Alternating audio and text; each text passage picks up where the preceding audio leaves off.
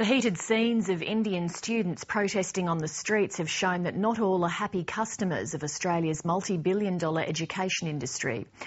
Overseas students feed Australia's third biggest export earner, but some believe they're being exploited as education cash cows, while others are being ripped off in their part-time jobs.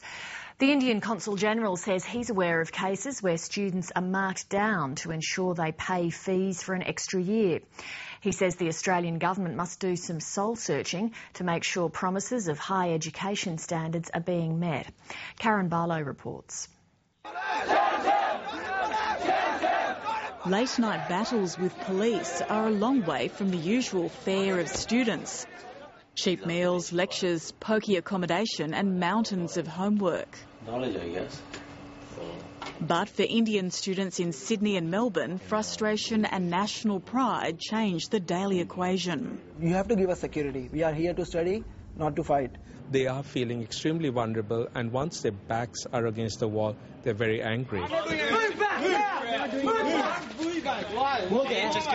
They are unhappy with police response times to requests for assistance and question why OOO operators always ask them if they're international students.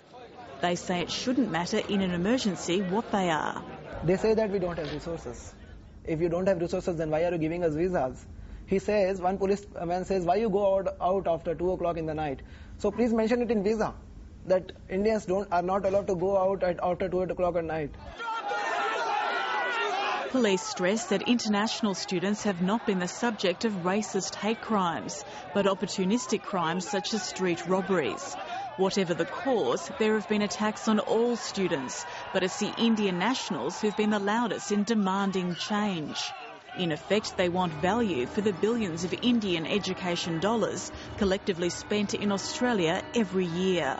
I'm quite sure they're very aware of how powerful they are. I think international Indian students are probably the most organised international students in the country. It's been a mess. I didn't want it to be in this mess, but I have to, because people look at me for help now. Fellow students have sought out business master's student Sumit Purdani as a leader. He's presented student concerns to community and political leaders, including the Deputy Prime Minister, Julia Gillard. This is exactly hard cash that people are bringing in. It's free for the government. These people are dealt like cash cows. All right, you have money, give it to us. We are welcoming you to a westernized country, a developed nation as what they call it. Sumit Purdani has been pushing for extra security, travel concession cards and nighttime campus shuttle services. But India's Consul General says there's another problem. Some students are being exploited. Sometimes the period of the course is extended. And it's extended arbitrarily, which means that they have to cough up more money, which is not a fair and a decent thing to do. The body which looks after private colleges say this sort of practice is rare. We've heard a number of allegations about the behaviour of some institutions, public and private.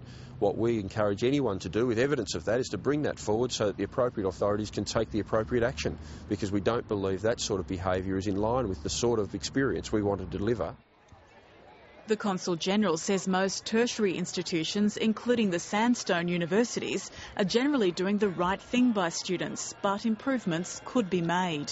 Some degree of soul-searching needs to be done by the Australian government so that the educational institutions can be graded, so that you actually end up getting the best of the Indian students here, rather than just looking at quantities. International student numbers have risen rapidly recently, while the infrastructure surrounding them has been left behind, a situation that needs to be addressed, according to media proprietor Pawan Luthra.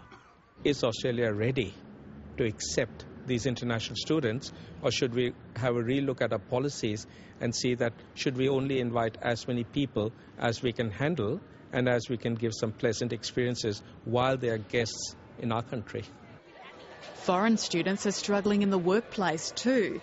Part-time work is sometimes difficult to find, a situation exacerbated by the current economic environment.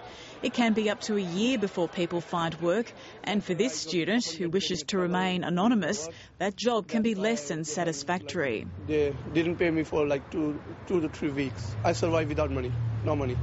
And So what was the reason for withholding your money? Not going on time, like not coming on time. They told me to come at 8 o'clock every day, but I was going at 9:30 because all the 7 days we can't work. We get tired as well. We need to rest, and they was not giving day off. Yeah. So they've still got your money? Yeah, they still got my money, but I'm not going to say anything because students can't say anything. Indian education agents sell Australia as a fun destination as well as a place of learning. But for some students, it's a rougher than expected ride. Karen Barlow, Late Line.